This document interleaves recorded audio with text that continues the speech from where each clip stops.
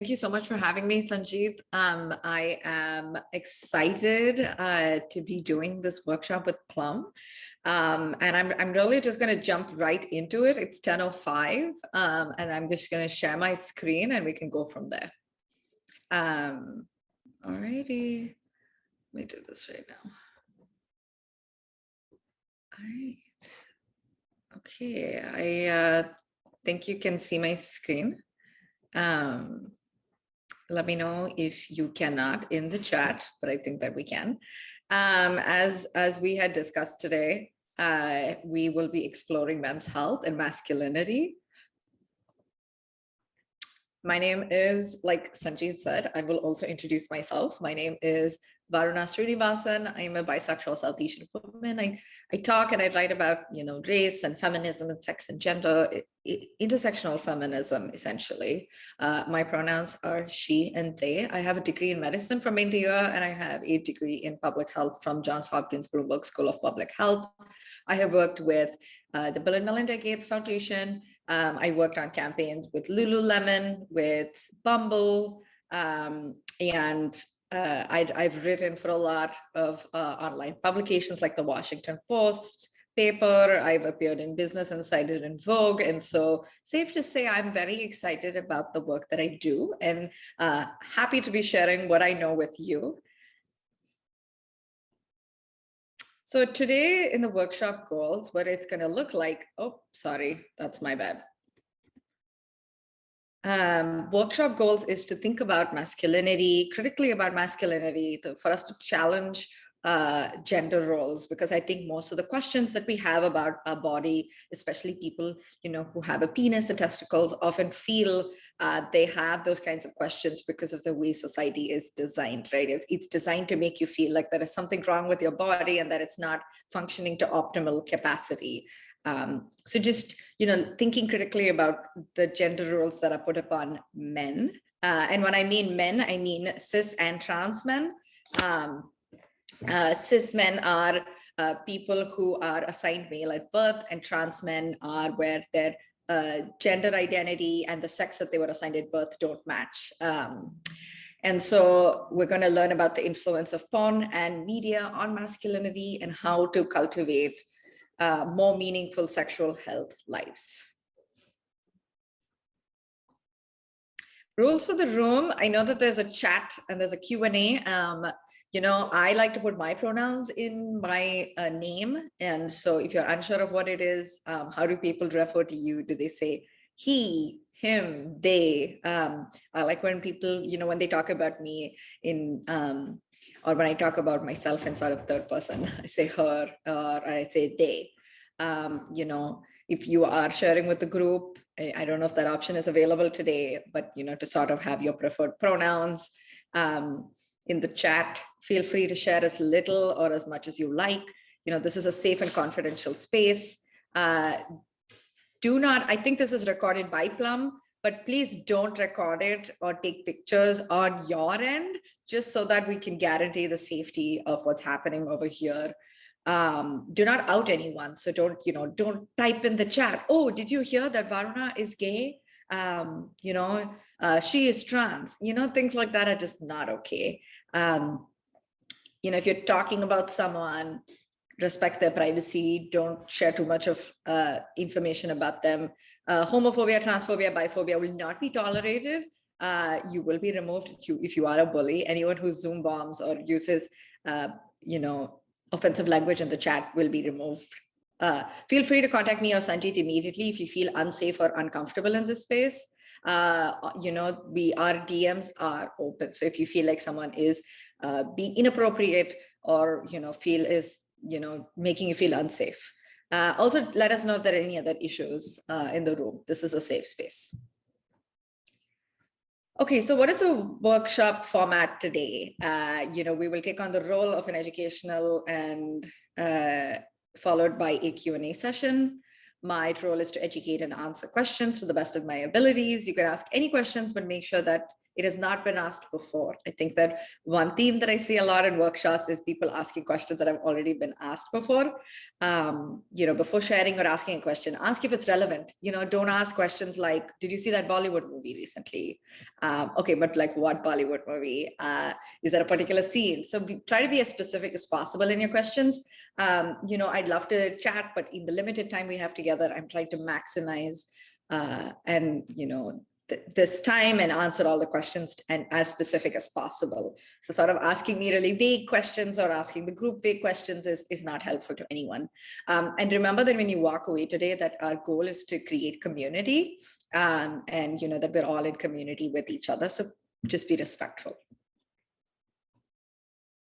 Okay, so, just jumping into it, in order for us to think about toxic masculinity, we must know that it is rooted in Eurocentrism and colonialism. And I told them that I would remove the slide, but I wanted to keep it just so that I can tell you that, most of what we know about gender roles, in fact, comes from, India being a former British colony. So I just want us to think a little bit more critically about that, it's important to know that, when this idea that the man is the head of the household and women have to sit at home and, go out and they have to sit and cook and the men will go out and work and come home. This is sort of a very, very like Western colonial idea. In fact, in many indigenous cultures, men and women are seen as equal. In fact, there is no gender binary. So much of what we know about like only men and women should get married, you should have children, men should go to work, women should be at home, it's sort of rooted in colonialism. So just something to think about critically. If anyone here is interested in that, I encourage you to go and read more about it. This informs a lot of my work. You can also follow me on Instagram and look at this, but I think that this is important to mention. Okay, so I really want to talk about what a gender role is. So before that, I'm just going to quickly define some terms. Sex. So when you say sex, my sex is female. It means that when I was born, the doctor looked at me, was like, she has a vulva, she has the XX chromosome, and so she's a girl. And so on the birth certificate, they write sex female, right? And they can be a male sex. They can also sometimes be an intersex, which is that, they have like a combination of male and female attributes. And then there's like the developmentally diverse. And then in addition to that, you have gender. So gender is a social construct. I hate to break this to you, but the idea that women like pink, that women are from Venus, and that women like wearing skirts and high heels and lipstick, and that men should be manly, men like blue, boys like football, boys don't cry, is sort of a gender and a gender role, right? And so specifically talking about India, I think this idea of like the manly man, someone who is big and burly, who goes to work, who's CEO of a company, who's like, earning more money, is sort of someone who ascribes to their gender role. So, it's the idea that society puts on us that if you are assigned male at birth, that you have to behave and act in a certain way, right? And so what ends up happening is that when you are put into a box and you are not allowed to sort of express who you are in terms of, how, we often shame boys for playing with Barbie dolls, with painting their nails, with wanting to go out with their friends, to want to wear skirts, right? Like, I think we as a society shame them, and not just society, but like parents and friends. And what this ends up happening is mental health issues, right? It's like some men can't keep up with this, right? They can't keep up with this pressure that society puts on them, that they have to have muscles, that they have to have no feelings, that they can't have sort of this emotional growth, right? So it's very limited. That, we've all seen our dads, and I don't know how many of us have actually seen our dads cry, and dads don't want to do that because they think that it's a sign of weakness and that they can't cry in front of the family.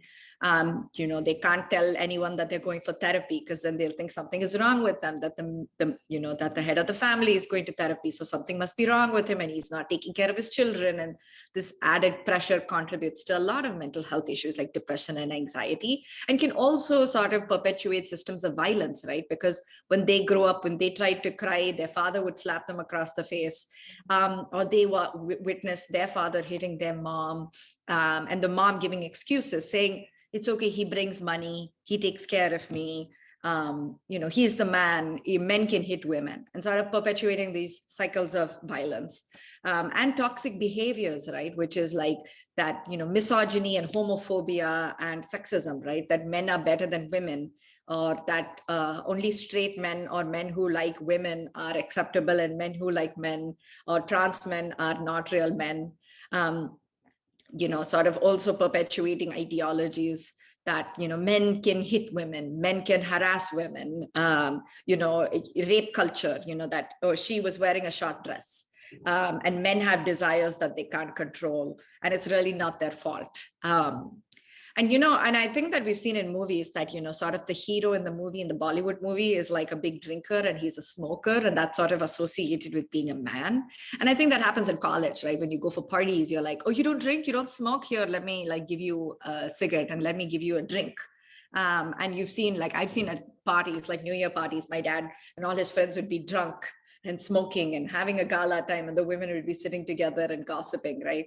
But what this does is that, there are real health benefits to this. You can have lung cancer, liver cirrhosis.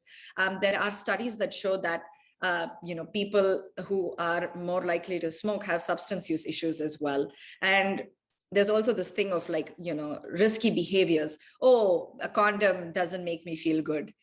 So this, or like going and having risky sex with sex workers, can lead to STIs, and sort of being the man that's a player or a playboy and having a lot of sex and not being, you can have a lot of sex, nothing wrong in it.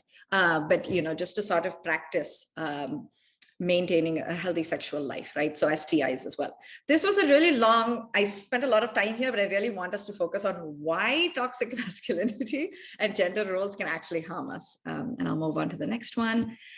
So defining toxic masculinity, right? And I already did that in the previous slide, which is the cultural pressures for men to behave in a certain way.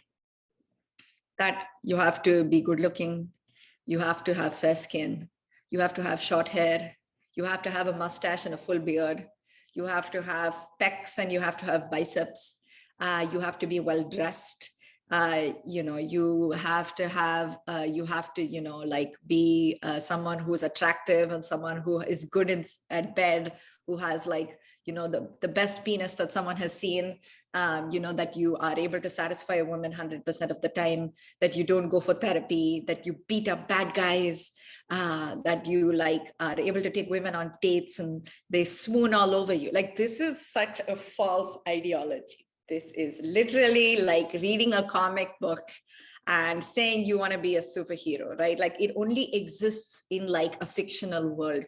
But what ends up happening is, because it's everywhere we see, right? We see it in the media, we see it in porn, we see it in society being perpetuated. Like, my own brother, I think, was shamed by my dad for not having enough muscles, as if not having muscles means that you're not a man.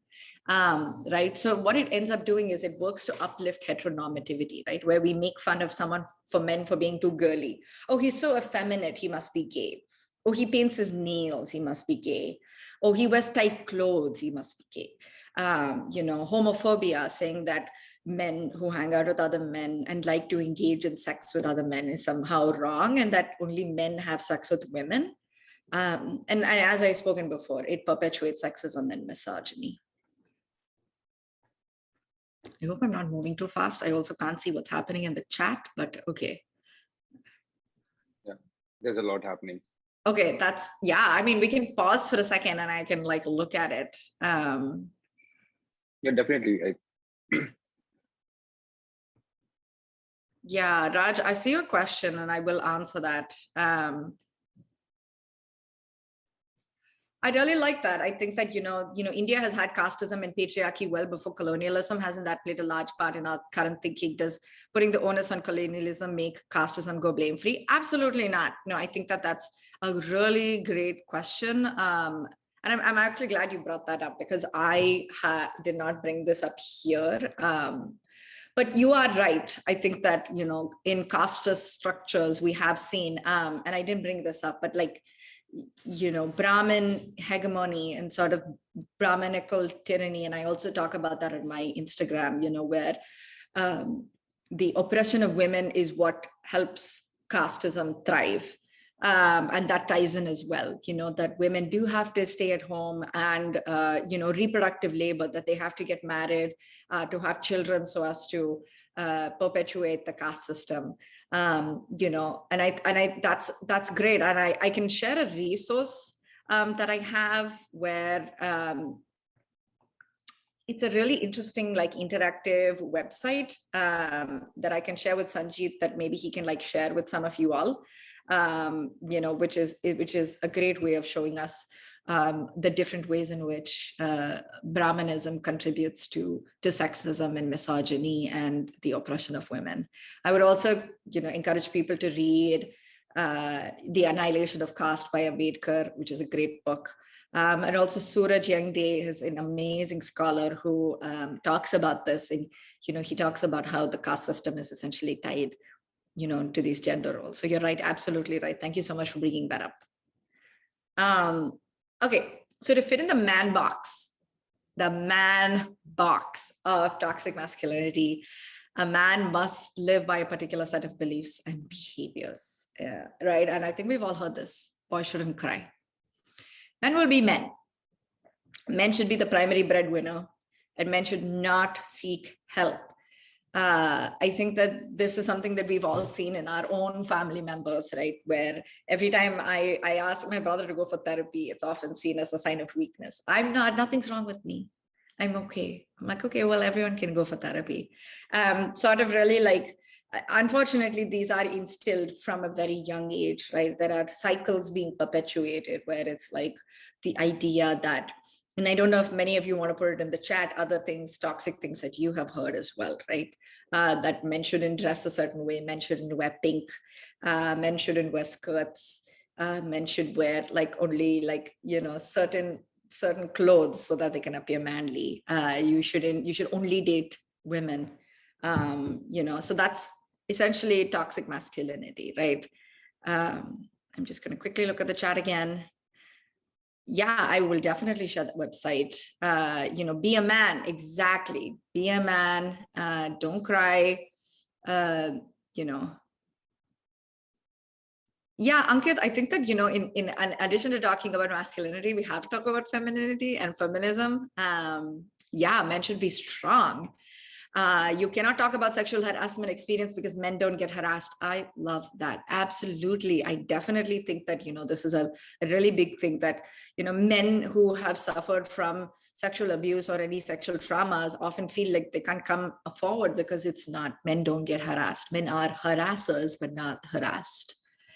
And I'll move on to this. I think this is sort of what everybody is here for today. Let's talk about porn influences on toxic masculinity, right? And so the porn that we ascribe to, which I think is one of the most common, is like Pornhub or porn.com or whatever it is. And, I want to say that, those are not ethical sites where one should subscribe to their porn.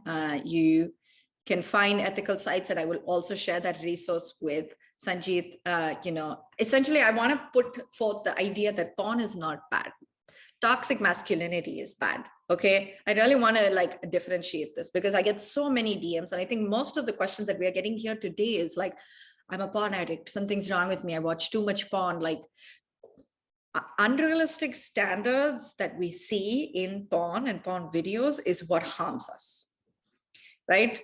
Watching videos where women are constantly, their consent is being violated, where you see porn where they have sex without using a condom, where watching porn where they don't really have communication. It's so unrealistic. Like, the pizza man is not going to walk into my house and then I'm not going to be like, oh, I don't have money. Can I have sex with you instead for a pizza? That will never happen in life. That is a very, very, very, very fictional storyline, right? But they don't show sort of the communication that happens. And I had a couple of questions here, which is like, I'm not sure of how to satisfy my wife. I think what ends up happening is that we watch porn, we have this idea, and I have the questions here. So if I look at my phone, it's because I'm looking at the questions. It's kind of the idea that porn is not going to show two people talking, right? Which is a very essential part of sex. Two or three or how many ever people want to engage in sex. They're not really going to show people having a one-on-one conversation. Oh, what do you like? Oh, I like it when you touch me here. Oh, I don't like it when you touch me there. This makes me feel uncomfortable. I like it when you do this, right? They don't show that in porn.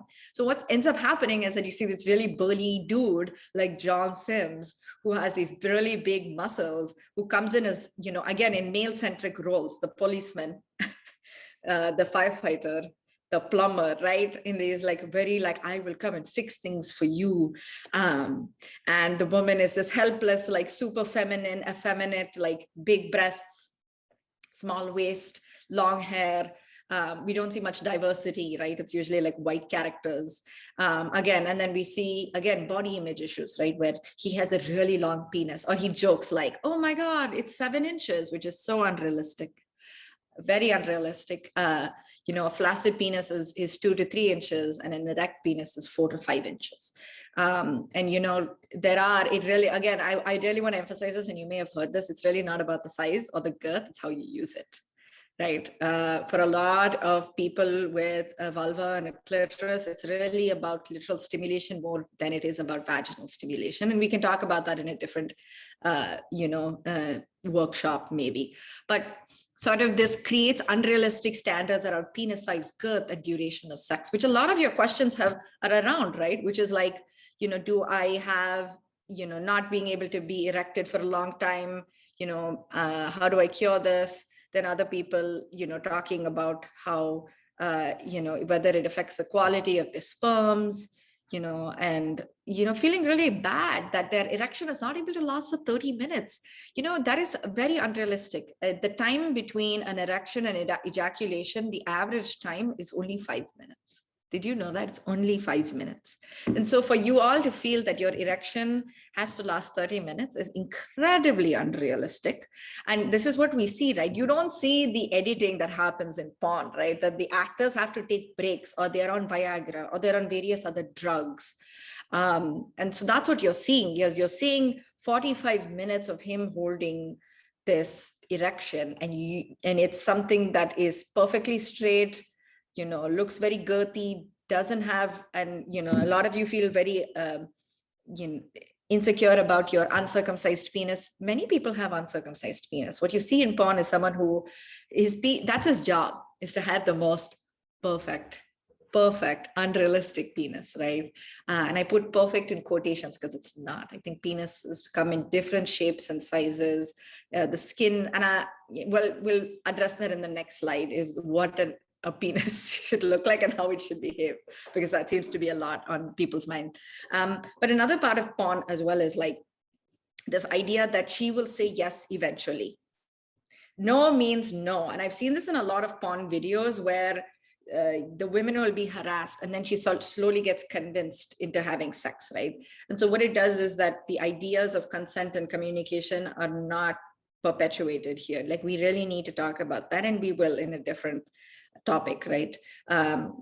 The idea of the manly man, again, what I mentioned, the male-centric, that you have to come in and be this big burly dude, that women are only attracted to men with muscles. I don't think that's true.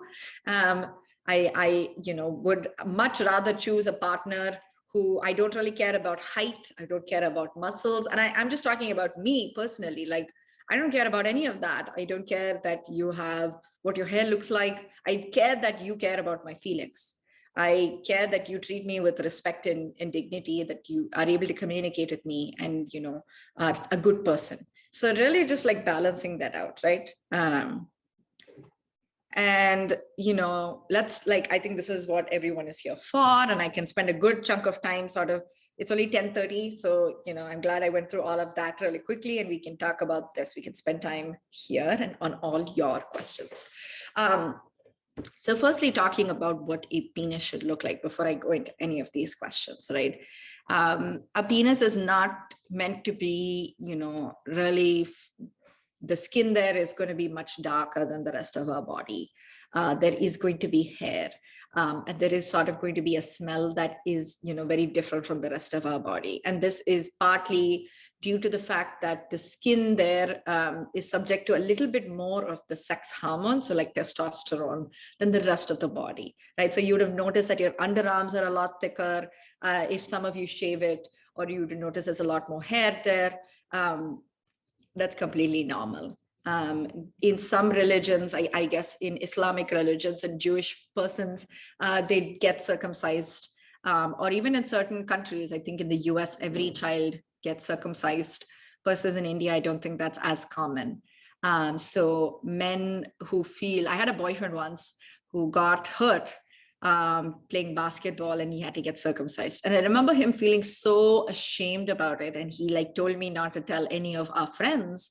And I thought that was so weird, because it really doesn't matter, right? Like, I don't think, it's better to have the penis circumcised.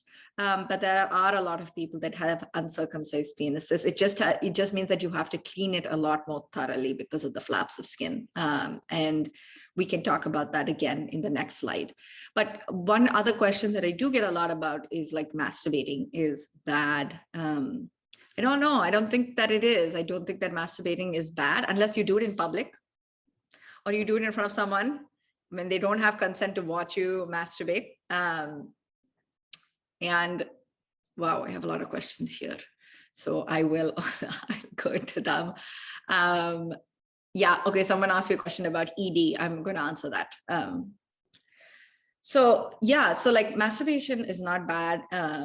In fact, it has a lot of positive health benefits. It increases endorphins. It makes you feel good. It's something that's exciting for you. It gives you a chance to spend time with your own body, to explore your body, for you to identify what makes you feel good, what doesn't make you feel good. And there are a lot of health benefits in terms of, like, it reduces heart disease, it increases cortisol, which is good for your immune system. It improves agility. And so I don't really see how it's bad. I think what is bad is we don't get adequate sex education in school that tells us that masturbating is completely normal and that it should be done. I don't think that anyone can be addicted to masturbating, unless you are consistently masturbating and causing a lot of soreness and your penis hurts, or you're doing it in public, or you can't stop yourself from, that's all you think about. It's called a compulsion. And I'll answer the last question as well. Like, I think a lot of people here are self-diagnosed. I'm a porn addict, or I'm a sex addict. If you are evading your responsibilities, if you are only sitting in the home watching porn 24/7, you are masturbating, you can't seem to eat, sleep, take care of yourself, you don't see friends or family, you're not going to your job or school, and it becomes an obsession. That's why it's referred to as a compulsion, not as an addiction. And sort of the DSM, which is the diagnostics the Diagnostics and Statistical Manual, which sort of categorizes all the psychiatric disorders, has not recognized this. And the WHO has only recognized it as a compulsion, not an addiction. And also, it's not something that you can say, oh, I masturbated 10 times this week, I'm an addict. A lot of the questions that I'm getting here is it bad to masturbate 5 times a week? Is it healthy in the long term for men to masturbate more than once a day? Can it be detrimental to sperm count in one's semen later in life? I don't think so. I don't think that's true. I don't think that there's any research there, but research does show us that smoking and drinking and engaging in toxic masculine behaviors can trying to work out and take steroids so that you can have more muscles, smoking, excessive drinking can all lead to erectile dysfunction. Not masturbating, having a healthy sexual practice where you masturbate once in the shower, you want to start your day. There are a lot of people that masturbate, several times a day, and that helps them. I don't think that's really bad to do. And I think the other question that I'm getting a lot of, and Sanjeet, if you want to, you can feel free to interrupt me anytime if you feel like there are any other more relevant questions. No, I don't think. We're getting a lot of questions in the Q&A, in the live Q&A. Okay, I'll look at that as well. I have some in the chat that are, what are the bad health effects of masturbation? Can I tell you that there are none? Can I say that? Can I like literally just say that? I'm just going to say that, and I'm on record right here. I don't think there are any bad health effects of masturbation. Like I had said, as long as you're not masturbating to the point where your penis is sore or you're damaging the skin, you're not going up to some random woman and masturbating in her face, or random person for that example. I used to row in Madras Boat Club. And I remember when I would row, there would be this guy masturbating on the banks. That's creepy. Don't do that. I did not consent to seeing someone else masturbate. Masturbating in front of even your partner, right? Like without their consent, I don't think is something that's healthy for you. So I don't think masturbating is bad. I think that, if you are attending to all of your life obligations and you are taking care of yourself and you are happy, I think masturbation is good. Do it every day. Do it several times a day. Do what makes you feel happy. And like I had mentioned before, the average penis size when flaccid is about 3 inches, and 4 to 5 inches when it is erect. Circumcision is optional, but better for health. It's good that you are taking time to masturbate. The ejaculatory period is only 5 minutes, is average, like 5 minutes. 30 minutes is impossible. Don't take Viagra. It's not a great idea unless it is prescribed by a doctor and you need it for erectile dysfunction. So unless you are, diagnosed with ED. Yeah, Sanjeet, I don't know if you wanted to add something. Yeah, can you also talk about Nofap? I think a lot of folks are talking about it, and I think Nofap.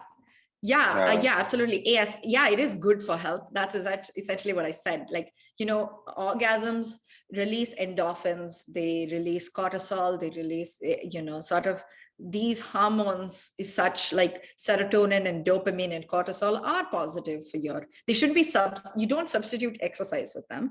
I think that, it is essentially is good for health. Even if you Google, I think I've written an article, which I can also share with Sanjeev, which I've listed out every single positive benefit of masturbation. I think what's happening here is that you haven't ever had a safe space to masturbate or to talk about it, right?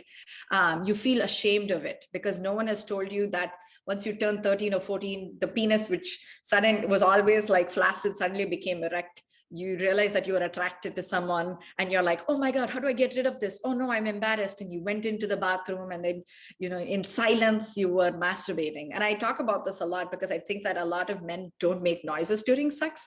And when I asked one of my boyfriend, I was like, why don't you make any noise? And he was like, well, when I was growing up, I had to masturbate in silence so that no one heard me. Right? This idea that it's wrong and that it's bad, that you can't experience sexual joy and pleasure, which I'm really sorry, like that you grew up in that household, and that, hopefully you can find a time in your house to have loud sex with yourself and enjoy it and tell yourself that there's nothing wrong with it. So about the Nofap, right? I think that, watching porn while masturbating, absolutely go for it. However you want to do it. Erectile dysfunction is curable, absolutely. There are treatments out there, absolutely curable. And I'm going to talk about the Nofap, and then I'm going to answer the penis size and fixing the curvature, because I think that's also a really big question that people have is.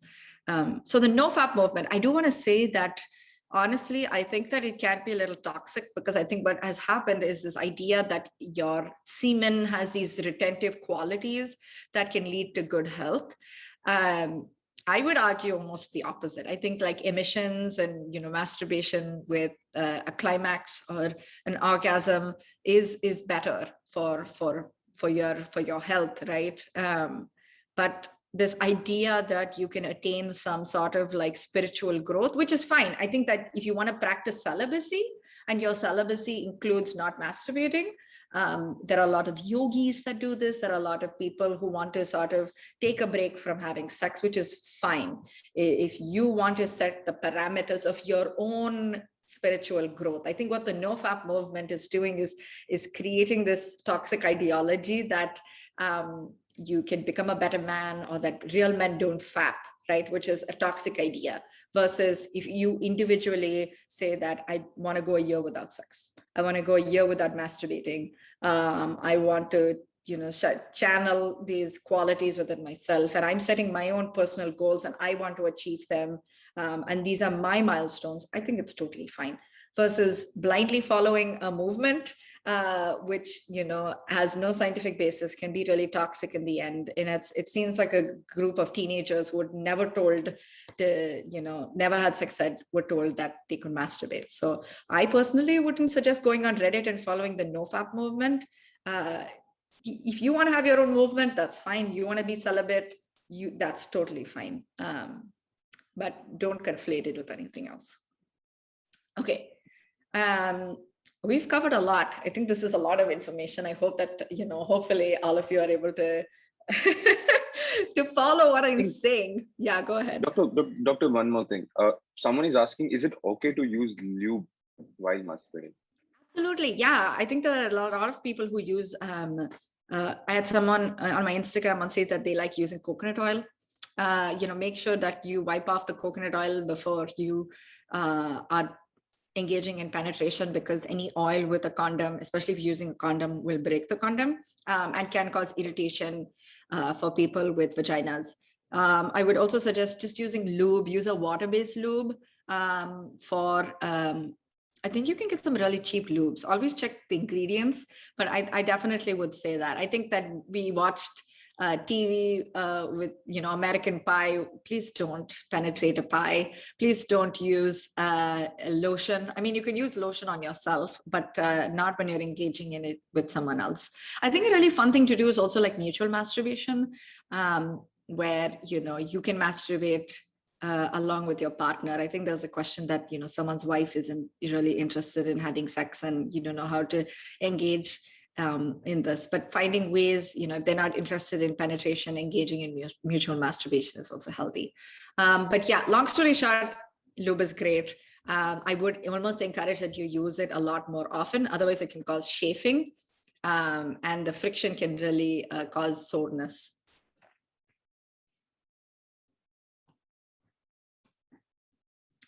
Yes. Okay. I'm going to talk about this.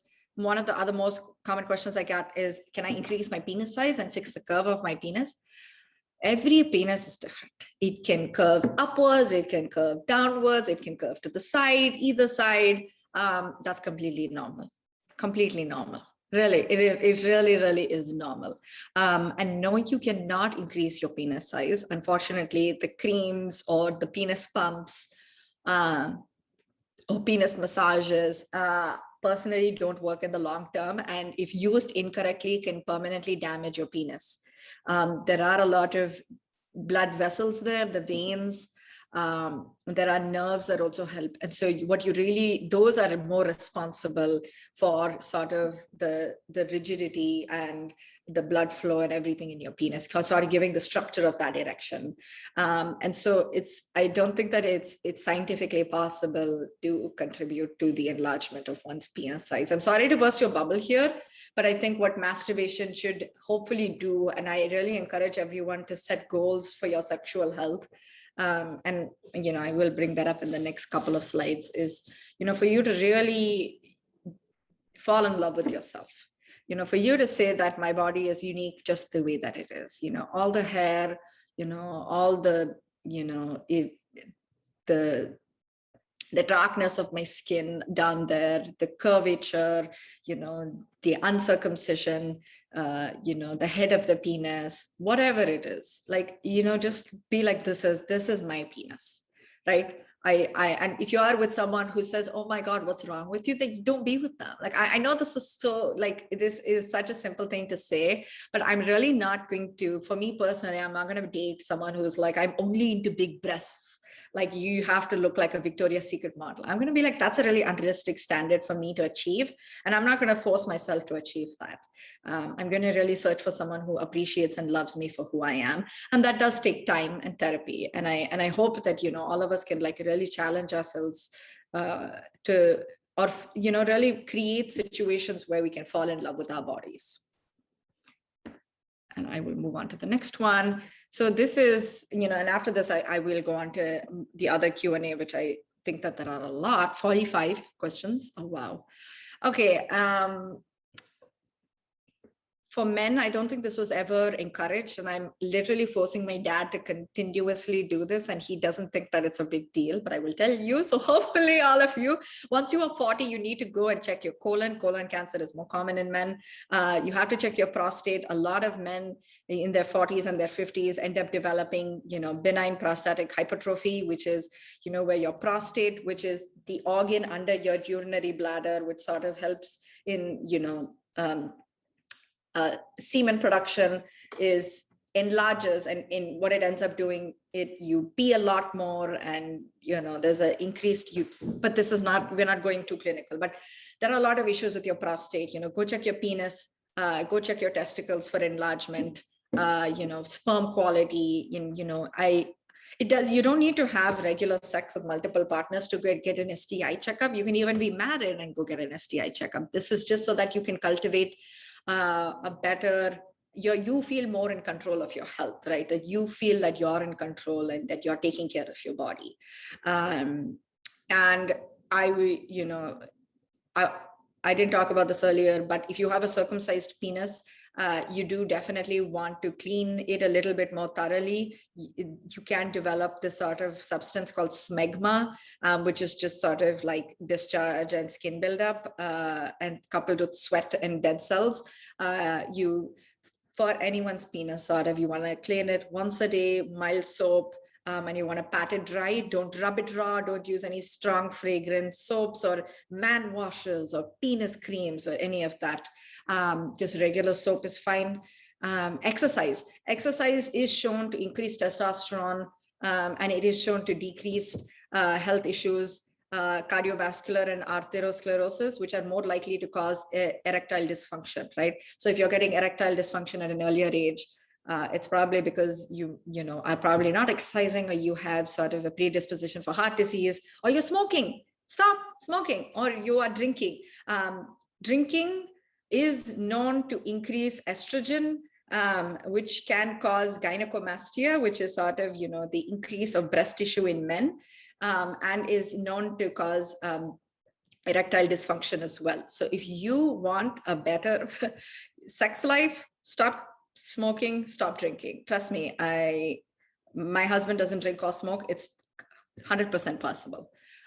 Therapy. I think therapy is a great place to explore some of the emotional issues that you may have around your body image, because it, really forces us to think about how we think about our bodies in the larger structure, right? Like, I think for me, I often feel really insecure that my skin is not clear, but like, where does that come from? So sort of really like exploring those, where our feelings and thoughts come from. Or that when you say that girl is a bitch, she said no to me, she didn't want to date me. Sort of, I think therapy is a great place to explore where those feelings come from. Challenging homophobia, sexism, and misogyny. I'm really happy that you're attending workshops like this, because you walk away feeling more educated and more in control of yourself. And yeah, I think that's, before I say the thank you, I will look at some messages. Or Sanjit, have you already cherry picked some? Yeah, I was doing that job when you're talking. So I think they're like 49. So we can okay, start. Yeah, we have like 10 minutes, so we can probably take a couple of questions. Yeah. So someone is asking, how do I deal with the fact that I have a micro penis, knowing that I won't be able to satisfy a woman, has given a major anxiety in my adult years. I'm 25 and don't know what to do. Yes. So first of all, I don't know if you have a diagnosed micropenis. Like, I think, that if you do, and I will talk for someone who feels like they have a diagnosed, or they know they have a diagnosed micropenis, because there's a very specific set of criteria that you need to achieve. First of all, there's more than one way to have sex. And what we have learned through porn and through our friends is that penetrative sex is the only way to have sex. it might surprise you that not a lot of women or people with vulvas like to have penetrative sex. In fact, not very, very, very few. I don't know what the percentage is, so I don't want to give you a random number, but there are a very few there's a very small bunch of people that orgasm from vaginal sex. So trust me, I think that it might be exciting to have, penetrative sex. But vaginal orgasms are less common. Instead, I would encourage you to work with your partner, whether this is, depending on what their sex is. I don't know if you're talking about satisfying a person with a vulva or a woman, but, clitoral orgasms are what women like better. I think that those are much more enjoyable and easier. So, I would really encourage you to learn about clitoral stimulation, work with your partner to see what they enjoy. Maybe they enjoy nipple play. Maybe they enjoy cuddling more. Maybe you can use dildos or sex toys.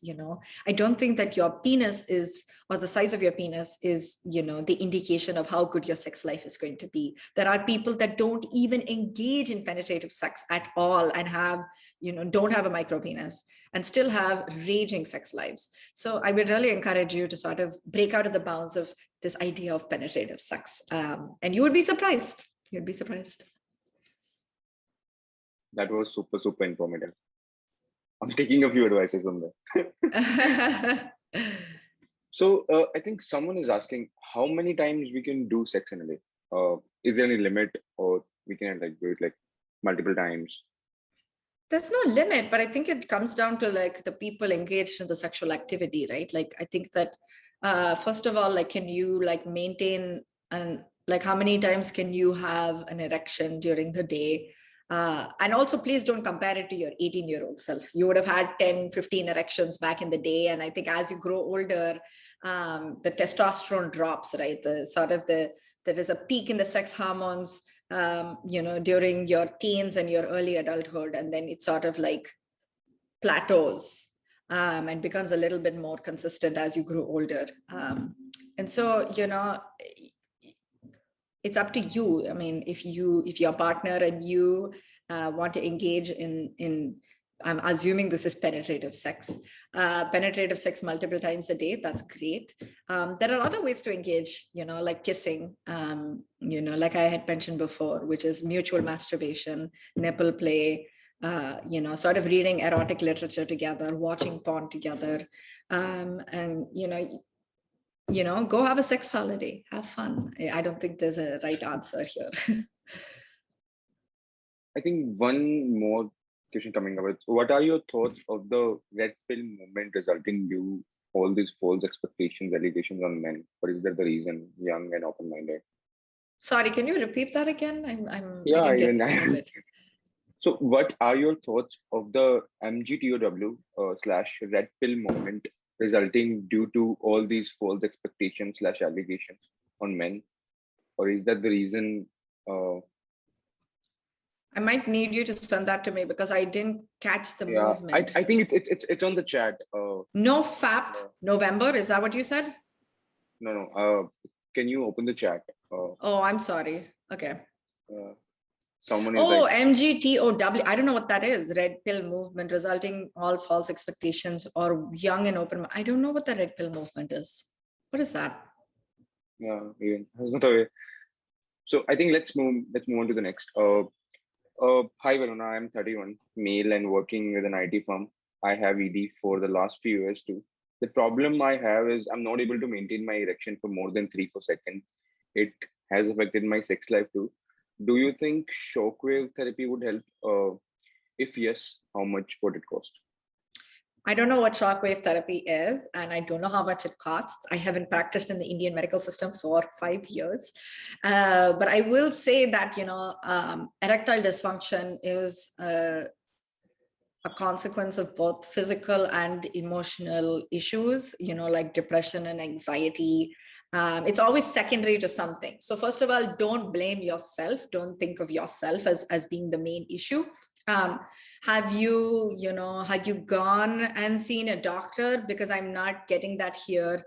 If you aren't able to maintain an erection for more than 3 to 4 seconds, there are medications that are exclusively for erectile dysfunction, and, medical management is profound. I think that, sort of the medicine that we have developed is amazing.